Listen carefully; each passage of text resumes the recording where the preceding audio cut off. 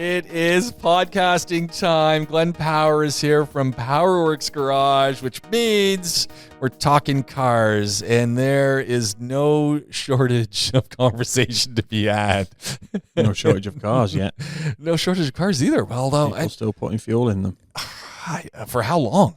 I mean, I pull up at the petrol pumps, and this is a global phenomenon. There's parts of the United States, which I'm not from the U.S., I'm from Canada. Parts of the U.S., it's like over $5 a gallon. I mean, $5? There's parts at $6, but $5 a gallon in the States. Yeah. Yeah. Obviously, America's great again. Yeah. I mean, it's what can you do? Yeah. There's less oil now. Yeah. Because one of them is playing silly buggers, as my granddad would call it, in another country. So until something changes there, and then even after. Well, but why are the prices going to come down? They're not going to come down because no oil-producing country in their right mind is. Well, no, but you don't instantly start trading with them again either, unless the head of the snake. Yeah. Is separated from the body. Then, it's not going to happen. It's not going to happen. And to be honest, I think it's probably going to get worse. Yeah. So that's my uplifting thought. Yeah, there you go. See you next week.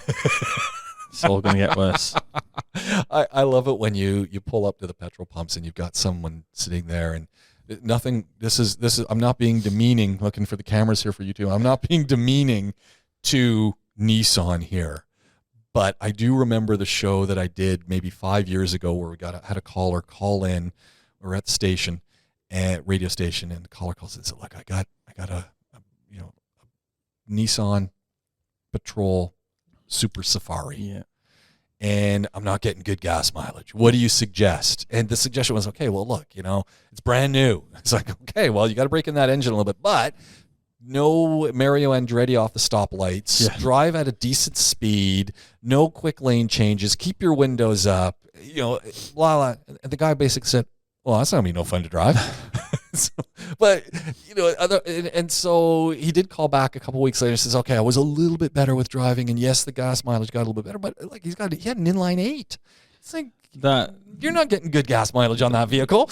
I mean, we were on the radio, so we had to be quite careful what we said because who knew? Like the next lot of adverts could have had a Nissan advert in it. So we couldn't have been putting them down. But one time Shazad Sheikh, brown car guy, I think he's driving a Beamer now, like an oldie, but old. Yeah. And brown car guy let go on Renault. Renault calls the station. It was like we had ruined their livelihood. But the car was terrible. It was anyway, but it didn't matter. And it was like, we listen back to the tapes. We didn't say anything wrong. We give the thing is, right, with cars, it's always an opinion. Yeah. And it's always subjective. Yeah. There's never any. Yeah. There's no doubt that just in this room, we could argue over a car easily, and that's just two people. Yeah. Yeah. Everybody has their own opinion. That's the beauty of it. Shazad's is a more qualified opinion than most because that's what he's done for his whole career. Yeah, I don't know if it's more qualified. But all right. He knows how to phrase. He knows how to phrase his opinion. He's got good phraseology. Yeah, but he had bad taste in cars. I mean, yeah. Again, exactly. I wouldn't drive the BMWs in, but I'd take a same era VW over it. Oh no, I've got a BMW around the corner from me, and if the guy's got the cover off, it's his daily drive, but he covers it. I'm going to send you a photo because it is the BMW I want to own, but I'm pretty sure it's like a 1990, and it's the Beamer I want, and I've seen it with the family in it, and it's old school, as far as old school Beamers can go. Yeah, I drive that newer one. Yeah, not my thing. Yeah, look, I mean, I don't know why people get annoyed with. To be honest, a lot of people. There's the old saying that any press is good press. Yeah. Well, I had one of the designers in for the Evoque. And I'm asking Victoria Beckham, was it? Nah, some guy. Shame. Yeah, that's a wrong kind of design. This is automobile design, not fabric cover. She designed that. Yeah, well, clearly. And I was just going on how it's the ugliest, most despicable vehicle I've ever seen in my life. And the designer looks at me and goes, "Good thing you're not on the panel because that's our best seller." And I went, exactly, yeah. And I went, well, there you go. And he said, look, you don't like it, but other people do. And basically it came down to the things I didn't like about a car might be the exact things people love. They hear, oh, it has this and has that. It's like, oh, I want that car. And I'm going, I don't want that car. Yeah. I mean, look, obviously most people, if you listen to this, most people know who Jeremy Clarkson is, right? Yeah. And I would think that if there are any of the sort of millennial and Generation Z people out there that are actually interested in getting into the motor industry and in particular manufacturing of cars, they would take it upon themselves to purposely design a car that he would hate. Exactly. and anyone that would listen to, value, understand, accept, whatever word you want to use, any of his opinions, they would also want them in that same, exactly, we hate your car. Yeah. So, the fact is, it's just how it is. Yeah. Yeah. Not everybody can like everything. There are certain things that I will absolutely scratch my head. I have no idea how they ever made it off the factory line. Yep. But at the same time, they did make it off the line, and they've probably sold 1,000 of them. So what do I know? There was a delivery van came up the other day dropping off, I don't know, must have been some Amazon products or something. And still has the window sticker in the I think he's using it as a sunshade. But I'm looking at the window sticker because it's right in my face, right? Because I go out and I'm seeing the guy. And I'm looking at the fuel economy. Energy rating, yeah. And energy rating this is the poorest energy rated vehicle on the planet. Like it says poor. I'm going, who'd buy this thing? Why are they allowed to sell it? Exactly. It's exactly what I was thinking. A, why are they allowed to sell it? And who's buying it? The sticker is in the window from the manufacturer. This is a horrible vehicle. I know. I couldn't believe my eyes. I know. And I'm just looking at it going, really? Wow. The fact, we've got an AC unit in our garage in DIP, and we were in there just doing a bit of cleaning and tidying the reception, and I was looking at it. So what? And the sticker, the energy rating sticker on the side, and I'd never really looked at it. It's the lowest one. Why have we got this? There's 20 others. The ones we've got in the other, they're not the lowest, poorest energy efficiency. Why have we got this? Take it out. Yeah. It's just ridiculous. But then again, smoking's still legal. Yeah, yeah. So and it might have been a good price point at the time, or it's poor energy rating, but in a certain context, it's a good energy. Who knows? Who knows? But your example of a Super Safari with. I don't know how these guys are getting on. I know. Or some of the older Prados as well, or the Toyota, with the twin fuel tanks. You needed the twin fuel tanks. We had a friend who, Mrs. Buckley, had one of those, and she loved it. But it was, dual fuel tank, a little flick of the switch, but full size fuel tanks. But those things suck back the petrol. Yeah, I see a lot of these vehicles right now that are out there that are. We crossed the first time ever 308 dirhams to fill up a Wrangler.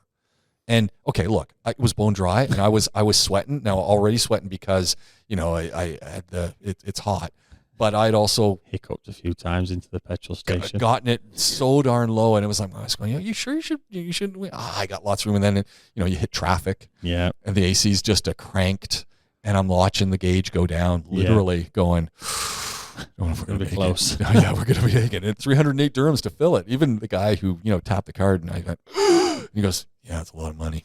Yeah. It's like, and I'm thinking, we're thinking back to when we first moved here, and it would be under 100 dirhams to fill a tank. Now, okay, prices were fixed. There was a lot of subsidy. Yeah. All of the subsidies are gone. Taxes in on the petrol. Yeah, almost all the GCC countries have subsidy except us, don't they? Yeah. So, which we could never go back to. No, it's done. The fundamental, the reliance on that money is now. We could never go back to that. Our prices are the same pretty much everywhere in the world. It's just that the level of taxation is not necessarily the same, but the fuel oil is the same. Yeah, so the fuel price is the same. So when people say, "Oh, it must be dirt cheap to get fuel in Dubai," it's like, no, you just don't have the same tax. Yeah, if it's in the UK and some of the sort of more affluent southern parts of the UK. So in the UK, you have a different price depending which road you're on. Yeah, basically. Price fluctuates in Canada as well. Yeah, but get off the highway. It's fixed in the apart from the one that's on the Omani border. Yeah, that's still subsidised, and everyone's queuing for 5 hours for fuel. Yeah, but in the UK, in the southern areas of the UK, it's like over £2 a litre. That's so crazy. So you're talking like £10 a gallon. Yeah, that's crazy. Which is mind blowing. Yeah. Yeah. Madness. If you're commuting and you're using a vehicle and the prices have gone up because they've gone up so swiftly, you're doomed, because this suddenly is adding hundreds of pounds to your budget that you don't have. Things, a lot of people that maybe use their vehicle for work, so sales reps, and people that are support staff for industries where they'll be maybe responsible for a certain region within a company, and they've got to travel. They might do 50, 60 miles a day.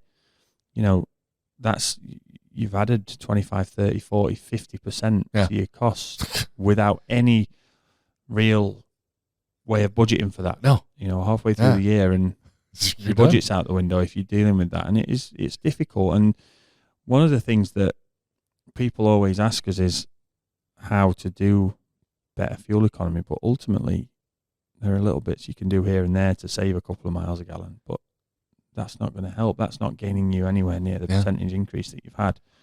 And short of getting a smaller vehicle, something with go electric, you could go 3 cylinders, you could go something else, or not drive. But who's suddenly, if you're gonna, and this is a lot of people say, I'd go electric, but I got to get rid of my car now. I've got to invest now in the electric car. They're not cheap. No, they are too expensive. It's not viable. It's not viable for people to do a massive switch, and the vehicles aren't there anyway. So, and you've got money tied up in a car that you're probably going to struggle to sell if it's put on fuel. Exactly. So it's crazy times. It's not going to change. This is the way it is. I mean, when I moved here, oil was $100 a barrel. Went down to 30. Yeah. Everyone cried about it. Now it's up above 100. Everyone's crying about it. Yeah. Most places it needs to be about $65-$70 a barrel for them to start making money. It's over 100 now. People there, oil-rich nations are kind of going, okay, we're securing the sovereign funds. And we still stockpiling it. Yeah. Because it's been something that the oil and gas industry have needed for 4 or 5 years. So, not to even entertain any kind of conspiracy theory, but one of the bigger oil producing countries in the world is in the middle of a war and is now number 4 persona non grata, or whatever you want to call it, with the world's trade networks. Well, I was listening today, BBC World, and they're shipping a lot of their oil stocks and things to India. India's doing processing, and it's being exported out of India. It's like they're still making billions in a month. They're still selling the stuff. The world's addicted to oil. Yeah, it needs oil. There's no coming back from it while ever there's not a viable alternative. Yeah, and so it's what do you do? Cars at the moment, the European ban, I think, is 2035 on internal combustion engine vehicles. So in 12 years, 13 years, you can no longer manufacture and sell an internal combustion engine vehicle in Europe. I would imagine North American market will follow quite closely behind, and then the rest of the world eventually. And there'll be certain parts of the world as well that will do that. Asia, I imagine, will be certain parts of it will be quite close behind, and if not in front of that. So in 10 to 15 years' time, there aren't going to be internal combustion engines. It's going to be a different world. So sovereign funds need money for something, and I would imagine that fuel oil refineries to make petrol and diesel, they're going to need somewhere to get their money from. Where do they get it? Cars aren't being made to use internal combustion engines anymore.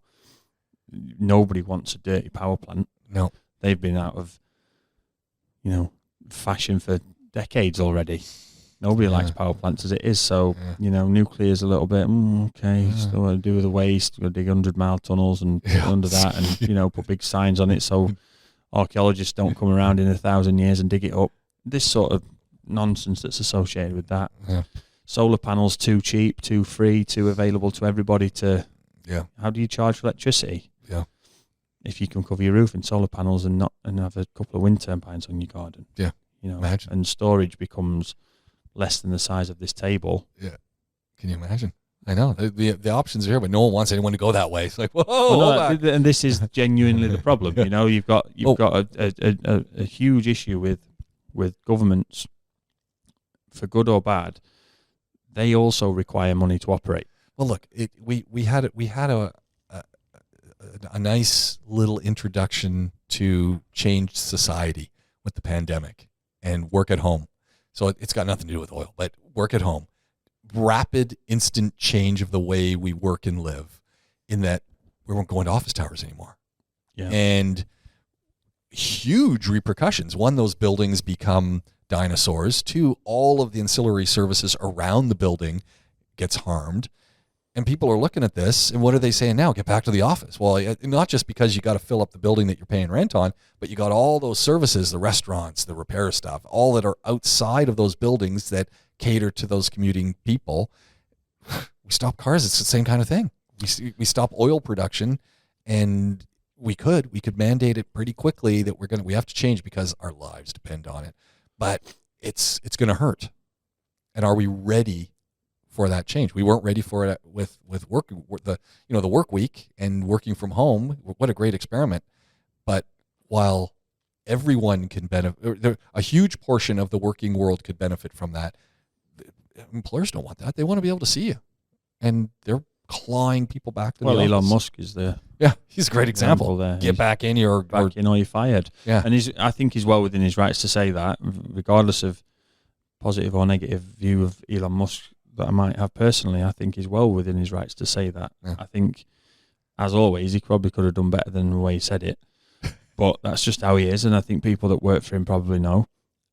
Now, I think some jobs you can definitely do remote and you can do on a flexi hours, but I think other things need to be in place. I think a lot of jobs could be done like that. Amy, my wife, she could definitely do her job away from where she works, and just go in when needed. Yeah. Like if there was something she needs to see physically for what she's operating and managing. She could even do a couple days a week. You're in on site, but the rest of the time work from home. And also you'd have the fact that most people, I think, have proven that certainly for more administrative jobs, you are more productive at home. Yeah, there's a lot less downtime. You're more productive. You're not just waiting to 5 o'clock so you can go home. You're trying to get your work done so you can finish, and that's a different mindset. Yeah. And as an example, I can tell you that back home when we worked at VW, we'd have days where, we'd have 70 cars, 80 cars in, and they'd be in and out in the same day done. And there'd be between 10 and 15 technicians, depending on who was in, who wasn't in, who was training, who was on holiday. And we'd do that, no problem. But then some days we'd have 16, 20. Yeah. And 2 o'clock comes around, we've cleaned the ramps, we've cleaned our toolboxes, we've locked someone in a parts cage and put them in the car wash, all the stuff that you get on with. And then we've gone into sales and said, have you got any cars for prep? And we've PPI'd 10 cars, and it's 3 o'clock and we've got nothing to do. Yeah. Now, there was always the chance that someone would come into the reception, or there'd be a call for the breakdown, emergency assist, or whatever it is, and you'd have a problem, or, one of the guys might want their car fixing. So there's always something that we'd do. But every now and again, towards the end of a week, the manager would come in and say, look, guys, we've not got too much on today, but there's a couple of chunky jobs that we want to get invoiced. Let's work up, and when we worked up, we'll go home. Everyone's up for that. Yeah. Looking at it, thinking I'll be in the pub by 3. Amazing. Yeah. Brilliant. Yeah. Now here, in the UAE, and working here, we have a similar situation. So a lot of our guys will get in at work and we'll say, look, guys, it's Friday. No one really wants to work on a Friday. Some of you guys want to go at 12 and you've got to pray. So let's everyone go at 12. Let's work up and we'll all go. No. Nobody does. And do you want to know the reason for it? And it was DJ that pointed this out to me. And we were talking about it. And I thought, what, he's right. When we did that in the UK, we were going home. Or we were going with our mates to the pub. Or we were going with our mates, going home, getting showered and changed and going out. Yeah. And going out on our bikes. Whatever we might have been doing. These guys are here just working. We're all economic migrants, and the majority of us are just here. We go to work, we go home. Some of them are in shared accommodation. They don't have money because they've sent it back to their family in their own country. So they're just going to work and they're just going to stay home. So this work from home model works for some, but here it wouldn't, because a lot of people don't necessarily have a home of their own. It's not just going to be one person working in a home. Yeah. And there are people that share apartments that might, 3-4 people in an apartment that all need the internet. Yep. Or the Wi-Fi speed's capable of keeping up with it. And these kind of changes need technology there beforehand. Yeah. Otherwise, they just stumble for the first 6 months, and then nobody wants to carry on. Which we saw when we had all the schools and bumping up the speeds. And this is one of the issues with the whole getting away from oil. They're more than happy for that experiment, if you like, to fail or to stumble and to not really be that easy. And now there's queues at charging points because there's too many electric vehicles. Yeah. And there's 60-year-old, 70-year-old, 80-year-old executives in car manufacturers that are just stood there. I told you so. Yeah, exactly. And they're happy, right? Well, what do they lose from it? Yeah, they'll be dead in 20 years anyway. They don't care. Yeah. And that's unfortunately the problem that has to be overcome, in that governments need money to operate, and they'll get that money from donors inevitably, and a lot of them are tobacco or guns or oil. And the people that have control of the oil, what do they do when they go from being able to make 2 billion, 3 billion, 4 billion dirhams in profit a year to nothing because they've got no oil to sell or nobody's buying it? No one's buying it, yeah. What do they do then? They want to already have, and I'd like to think that they have already developed it. They've already got their solar power parks. They've already got their hydro stations. They've already got their wind turbines. They've already got everything set up, and then energy storage, and everything's there ready, so they can just flick a switch and say, right, now we make money from this. But that's not the case. No. It's not the case. These things are too big and they move too slowly. Yeah. And it's going to be very, very interesting when you can generate power in your home, store it, charge your vehicle, and never have to pay a single utility bill. Yeah, it's coming. It is. What do you do there? Yeah. And then you've got people. There's the foil. You see them here. People that use them in the desert to catch condensation in the air to make water, make drinking water. Obviously, we have massive desalination plants here, but that's huge consumption of energy. Yeah, the amount of gas that goes into those. But to use condensation on a foil and collect the water at the bottom for one person is okay. But there's now a 24-hour device that's been created. Really? A university in Europe somewhere that are able to create it even in direct sunlight under the heat of the midday sun. So as that develops, you'd potentially be in a position where people could create their own water, their own electricity, store it, use it. Yeah. It's literally living off the grid. On the grid. On the grid. That'd be amazing. In the UK, if you have solar panels on your roof and you generate more than you use, you put it back into the grid and sell it back. So your electricity bill comes with a discount because of units you've added to the grid, which is great. What a great idea, yeah. Which is great, but it doesn't work when everyone's doing it. Yeah. And now, before, to store energy to power a house, a room this size wouldn't have carried the battery 10, 15 years ago. You get 1/2 the size of that now, quarter of the size of it, to easily power a house. So this is where it's going to be interesting. And we've seen vehicles like the F-150 that power homes when they've had blackouts in America. And so that goes to show you what you can do with something coming small. Change is coming. Yeah. It's going to be interesting. Speaking of change, blast from the past, the GTL, a.k.a. the GTI, convertible that you had in the shop. I sent you photos. That's my wedding day vehicle. Yeah. It's not the exact one, we don't think. No. Ours was a GTI Carmen Ghia from Germany. Nice. Is where it came from. And it was manual transmission, not automatic, but it looked the same. Same color, same dash, same cockpit.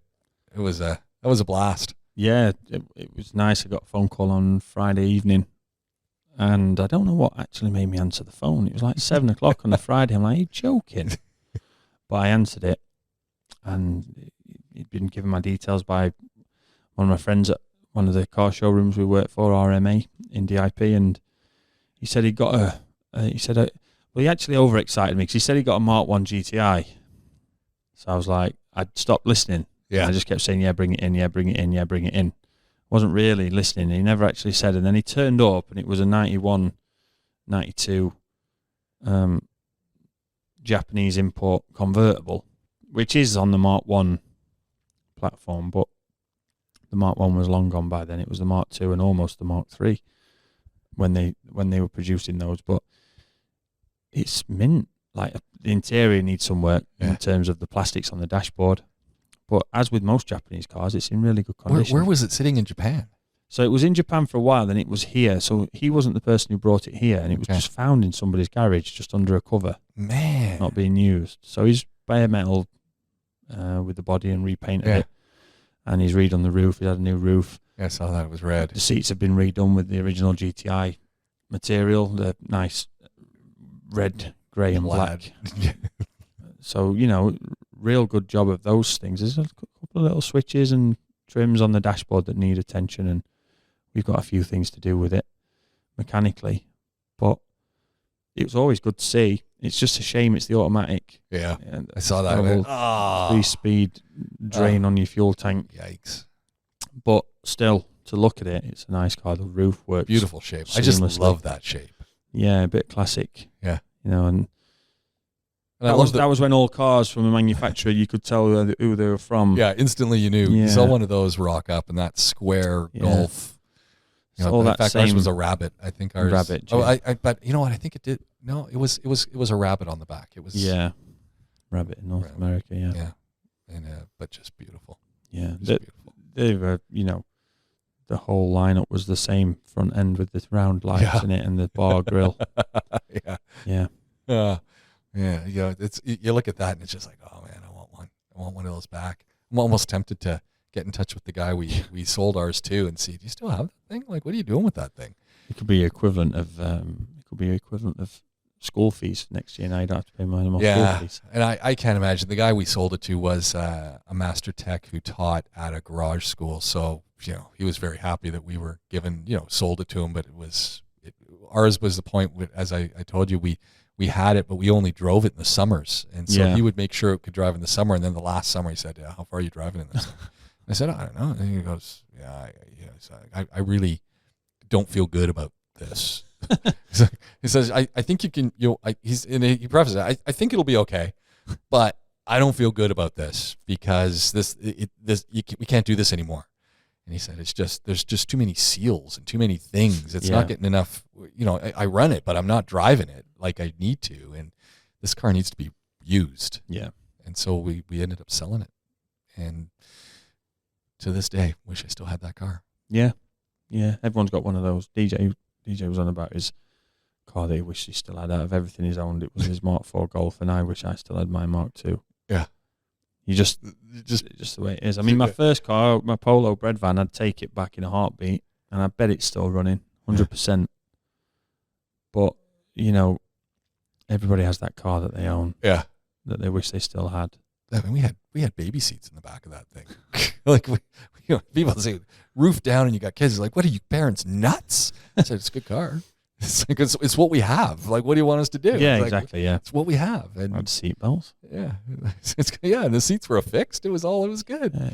Yeah. It worked, but it was, oh man. Yeah. Everyone's got that memory of that car.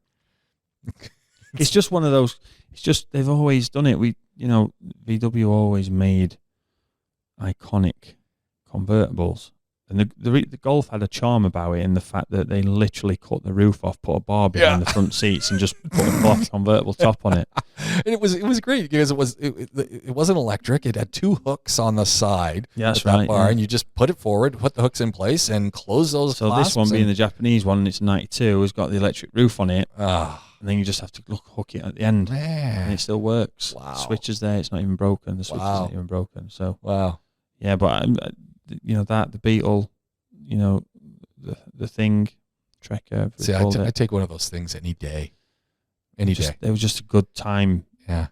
Of the convertibles. It's finding. It's almost like you want to find that person who's got a garage and they've just got a vehicle in there and they're just looking to get rid of it now. Yeah. It's in a field somewhere under a tarp. You'll find it. You'll find it. All the time people find these things. If somebody found a Series 1 Quattro, Audi Quattro, 1981, they found it in the garage the other week. Reading the article about it, and it's like, well, you're a millionaire. You might as well you're effectively a millionaire because you don't touch it and just sell it. Yeah. But I mean, It obviously happens. I just cannot fathom. I want to be that person Why? who finds this thing. You got to be out there looking. Yeah. It's right place, right time. Some small little place, and Invariably, it's the person who owned it up until their demise. Yeah. Didn't really care for it. Yeah. Rather than they were a fanatic and they kept it safe, they just didn't realize what they had. Yeah. And the hassle of selling it was more than they thought the car was worth $20, and they can't be bothered doing it. I'm just going to store it here. It's not taking Just up any leave space. it there. Yeah. It looks I don't really good. care. Yeah. I don't even want to take the tarp off it because I don't know what's living under it. There's probably raccoons and rattlesnakes and all sorts under there. Oh man, which brings me just to summer storage of vehicles, and I think that's kind of a great place to have a conversation here, as it's starting to get warm and people are starting to travel. And how are you going to store your vehicle? What are you going to do with your vehicle so that if you're not driving it for a few weeks or a month, there's a great possibility that people are going to be doing that. We're where it's rather warm, but in any context, making sure that when you get back from wherever you've been, that you've got a functioning vehicle, because the last thing you want is you get back and you fire that thing up and, got to head to the garage and it's going to cost me a few thousand of somethings to get it fixed now because of my own stupidity. Yeah, the problem becomes that, even a battery is the best part of 1,000 dirhams potentially, depending on the car you own. So the inconvenience of it not starting is one thing, but the fact that you ain't got to buy a battery for it. I mean, if you're parking your car for any length of time, it makes no difference. Winter, spring, autumn, summer, it makes no difference. I used to take the battery out of my vehicle. I don't know if there was any benefit to doing that. I'd bring it in the house. I'd put it on some wood, put it in a closet or wherever I'd keep it. Honestly, I stopped doing that because I was still only getting 12 to 16 months worth of life out of the battery. So it was like, what am I doing this for? Yeah, I mean, it's just the fact that the heat, it just doesn't, the batteries just don't like heat. Yeah. Electrical circuits don't like extremes of temperature at the best of times, but heat's a real bad one, and especially when you've got liquid batteries. So the liquid gets hot, you can expand, it's allowed to evaporate and boil off. So leaving it in the heat isn't great. And also the fact is, if the car's sat not moving, there's a lot of factors then when it actually comes to starting that car after some people are away for 6 weeks, 7 weeks. The engine has, all of the oil is drained into the bottom of it. So the top end of the engine has very, very little oil left on it. And when you go to start that car, it's going to be... Should you just do a couple cold cranks just before you just to... The damage is done, really. It's already done. So. And the problem is there with doing that, a lot of cars these days have timing chains, and those timing chains are tensioned by a tensioner that is tensioned through oil pressure. Oh. So the cranking is when the damage is done. You hear some of those people who've been away for 6-7 weeks and they crank the car and it's clack, clack, clack. Yeah, and then rattle and... Yeah, for a few, for 5-7 seconds, and then the oil starts to circulate and water starts going through. I think I was in my own vehicle the other day, and it was one of the first times I've actually heard water, the liquid, start to go through, and I'd never heard that before. It was just the perfect situation. It's like, whoa. You just have had a little bit of air in there that's just gurgled through. And these things are the same. So the oil issue in the engine is the same as the issue with the AC. You still have the same issue in the AC, and the AC compressor then kicks in, and the oil hasn't circulated in there for 6 weeks, and the compressor starts to wear itself out. There's only so many times you can do that. And the added issue of the excessive heat that you're going to have, it's still, people can go away for 6-7 weeks of the summer, but they still come back in August and it's still 45 degrees outside. Yeah. So it's still a hot drive, the first drive it has. And trying to do that with an engine that's just wearing itself out, with AC that's not really working properly, with tyres that have got flat spots because it's been sat. So, before you know it, you're driving down the road with an AC not working, shaking to pieces because the tyres are all out of shape and the engine's noisy. Yeah. And that's worst case scenario. And there are things you can do. So we always tell people, just add an extra couple of PSI or, 0.2 or 3 bar on to your tyre pressures just to give them that extra bit to hold their shape a little bit. And if you can, have somebody that will drive the car for you twice a week, even if they're just doing 4 or 5 kilometers. Yeah. Just drive it around, get the AC running, make sure that's all okay. Washing the car, just something as simple as washing the car while you're away to make sure that there's no dust staying and sticking to the seals on the body and the plastics. The plastics suffer in the sun as it is, but then the dust, and then you go and wash it off and it scratches all the paint and it scratches and really wears into the protective outer layer of any of the rubber and the plastic. So just these little things can help, but the batteries is a big one because of the temperature, and the fact is there's a lot that could have kept the car, especially on a more modern car, awake, shall we say. Yeah. If you've got air suspension or hydraulic suspension. I forgot all about those.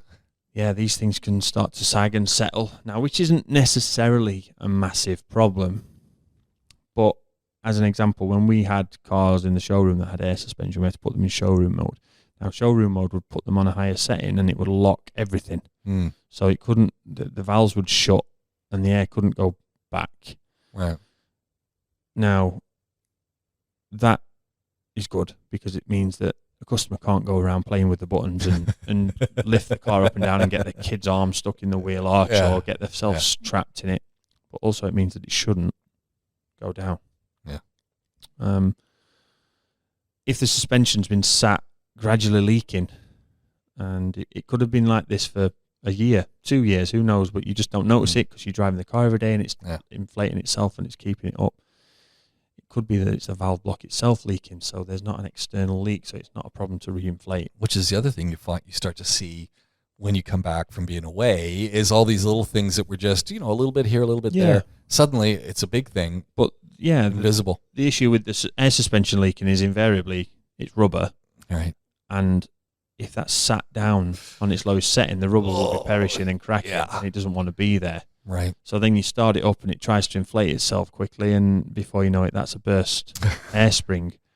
So there are lots of things. If you've got an air suspension vehicle and you're going away, it's even more valuable to you to get someone to drive the car. In the owner's handbook, each manufacturer will have their own advice. Some will tell you to lift it up and lock it. Some will tell you to lower it down and lock it. Some will tell you nothing at all about it. Some cars have air suspension that isn't adjustable by the driver. So you might just have rear air suspension that's just there. I'm thinking BMW X5. Okay. That is an example. But getting someone to go and drive your car is the way to do it. If you can get somebody to take your car out two times a week, 5-10 kilometers a time, it's nothing. Just drive the car.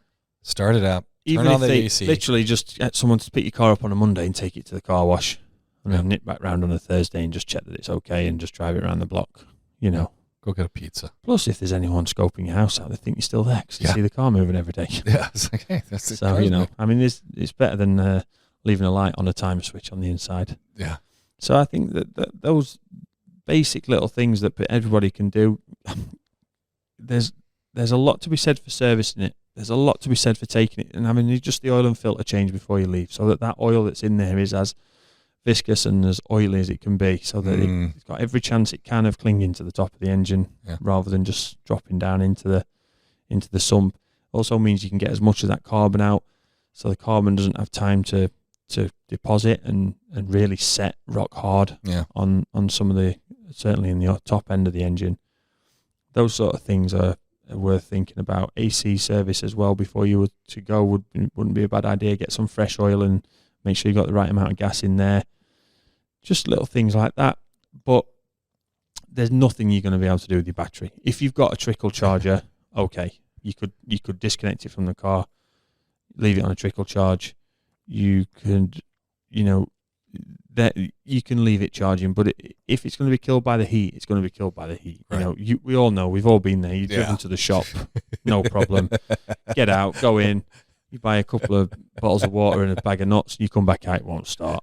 That's why everyone backs their car in here at all the parking spots, because they've been burned by having to push the car out. I'm convinced that's the only reason. Well, I might need to jump.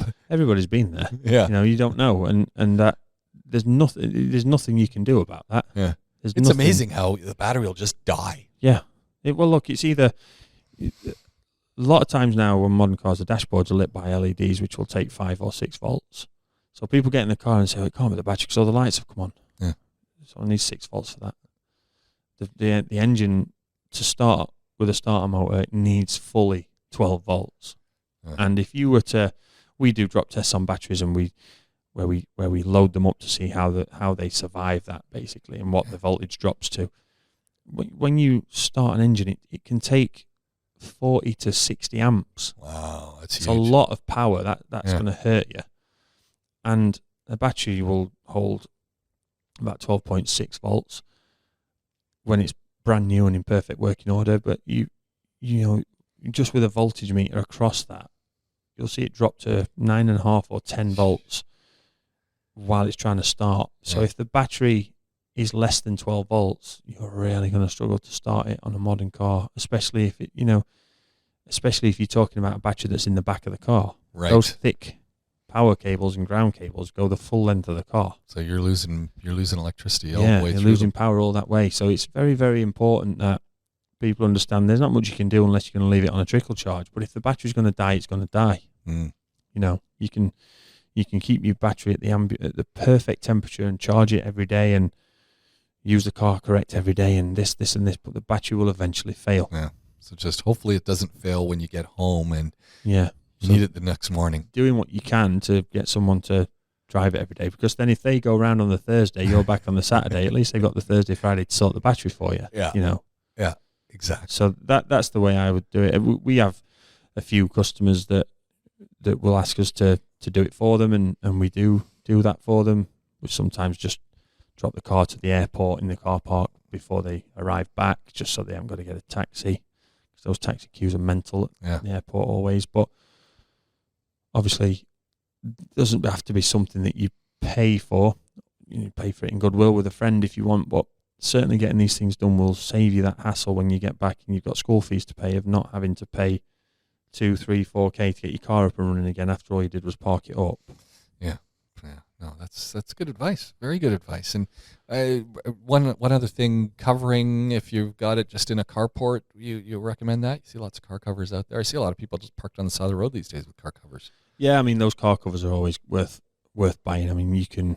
They're not expensive either, though. No, I mean, we get the ones that are fleece lined and they're quite thick with the waterproof outer.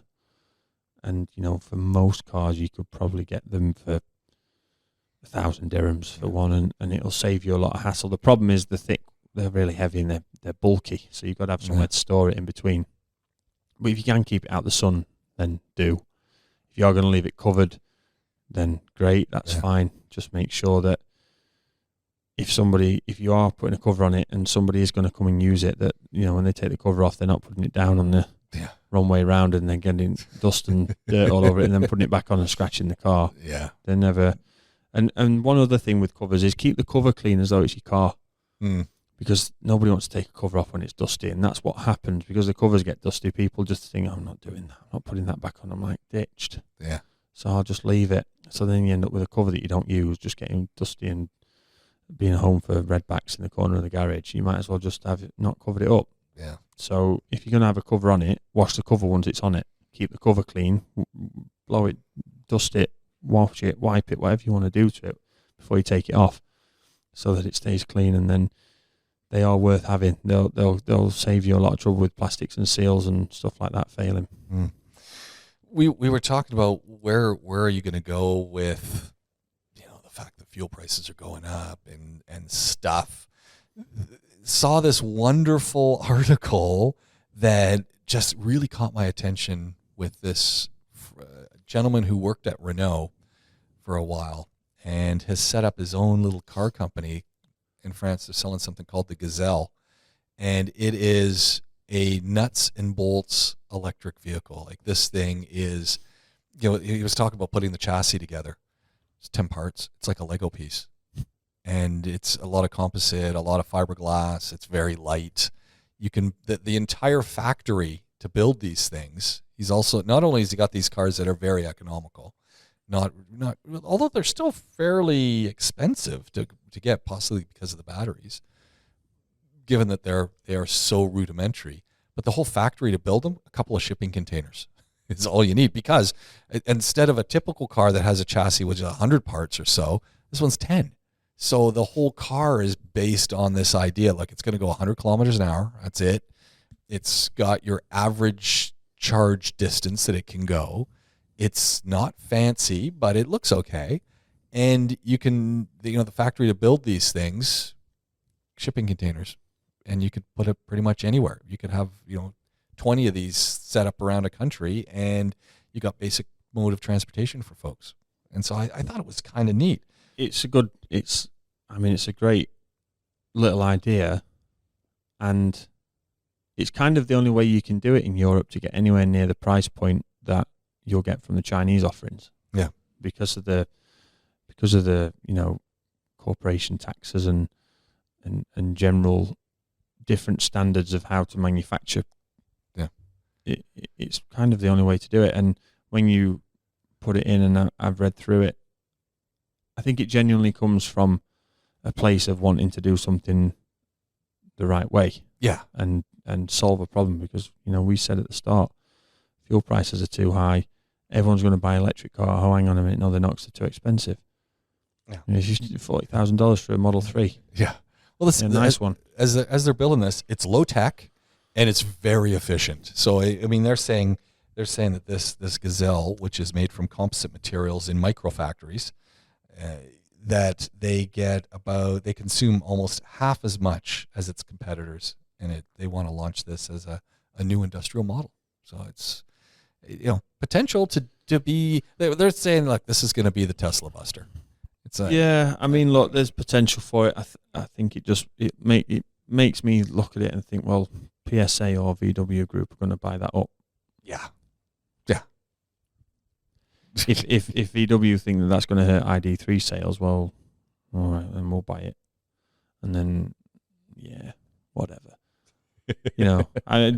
That might be a cynical view, but I think there's so much money being put into EV development and getting them out there on the road as soon as they can to keep up with Mr. Musk and friends that there's too much in it. I mean, this thing weighs less than 1,000 kilos. It's like 900 kilograms, and for somebody looking for personal transport, this is getting good. 180 kilometers it can go on a charge.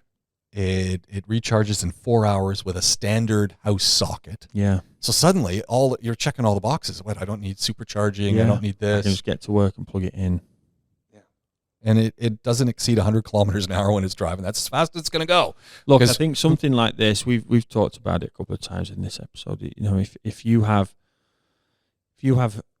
electricity storage capabilities that you could fit in the boot of this car, that you could charge the vehicle battery and have a storage, unit in the back that you can easily lift in as an individual. If you could charge that up, just like the wireless charger you have for your phone. Yeah. I've got one that'll charge this phone from flat to full twice. Nice. It doesn't quite do twice now because it's old and I dropped it and it's rubbish. But it'll charge my phone at least once. Yeah. So if you can charge the car and the storage unit, you don't even need to plug in anywhere when you park. Can you imagine? Just plug the car into what it's already inside the car. Yeah. You're effectively carrying a second battery around that charges the actual battery. Yeah. You get home and if it's a car that weighs 900 kilos, put another 50 kilo of battery storage in. Yeah. It's not the end of the world. You can lift that yourself reasonably easily. Yeah. I think it's going to be interesting. It's the way to go. They don't look bad. I mean, they have some it photos doesn't of look it. bad. I mean, it's not the most desirable looking thing, but it's got 4 doors on it, so there's space. Yeah. But people I don't ever think somebody's going to look at this and think, I need a family car and buy it. Yeah. But it's, again, it starts something. Yeah. The idea is there, and if somebody goes and puts money into it and they say, okay, well, the first thing they'll do is they'll make an SUV version of it. Exactly. That'll weigh like 5 tons and be all singing, all dancing. But no, seriously, I think it answers a question and it solves a problem of making things like this affordable. And I just think that if the power storage capabilities were to be utilised, the improvements we've made in that, for me, is where you solve a lot of problems. If you have the ability to plug your own car into effectively itself, rather than have to find a charging station, you don't need to stop at services on the motorway and pay £5 for a sausage roll. You can just stop at a picnic site, having taken your own food, and plug it into itself. Yeah. You know, that to me, you double your range with a 50-kilo box in the back. Yeah. And I think that's the way to go. Well, and the other side is, I was thinking, if you're in some big cities or even some small cities in Canada, depending on where you are, a lot of cars, because of the cold, have block heaters. And if you're in many parking places, you don't pay to plug in your block heater. You just plug it in, and it's got like a socket at the parking spot. Well, if this thing plugs into a regular socket, I just plug in. I've driven down. I'm in the parking spot, and going to plug in. And okay, maybe they charge you a little bit more to park there because you're going to use some power, but it's not going to be out of the question. So, definitely. If you can run it off the natural, normal electricity supply of the grid, I'd like to see one. I'd like to see one here and just see, especially if it's just driving around Dubai. I'd like to see what it's like. And I mean, if it maxes out at 100 kilometers an hour, I mean, you shouldn't be driving over 100 anywhere anyway. Yeah, well, not in something that size. I mean, most cars will, most people's journeys are less than 180 kilometers. But what we have to remember is, in Canada, that's no good. Yeah. Some people could do that to go to the neighbour's house, right? So, I mean, 180 kilometers, what's that? We're talking 90 miles nearly. My mum can't even get to Saskatoon on that. 100 miles. So it's not that good. But if you're in the city, storage in the back, or you're going on a main road where there's a charge point, I think this, again, 180 kilometers today, it might be the fact that, because it said they're 900 kilos now and they're looking to get it down to 800. Yeah. Well, okay, we'll get it down to 800 and then add an extra 100 kilo in battery, make your range a bit bigger. Could be interesting. Yeah. I'm sure they're playing with the calculus. It'll be interesting to see. Yeah, but it's a great idea, and I think it's possibly going to be that this could be even the start of people deciding that, you know what, I'll make my own car. I can't afford a car. Yeah. Kit cars might be back. Yeah. It'd be interesting. And and the fact that it doesn't require a giant manufacturing facility to put this thing together. These micro factories. Yeah. This is On that note, you know what? It's time to roll down the garage door and say we're going to do this once again soon. Glenn Power, PowerWorks Garage, talking cars with myself, James Pikeway. As always, Glenn, total pleasure. Good. Thanks, James. Talk to you again real soon. If you want to hear more, scroll down, listen to more of our podcasts.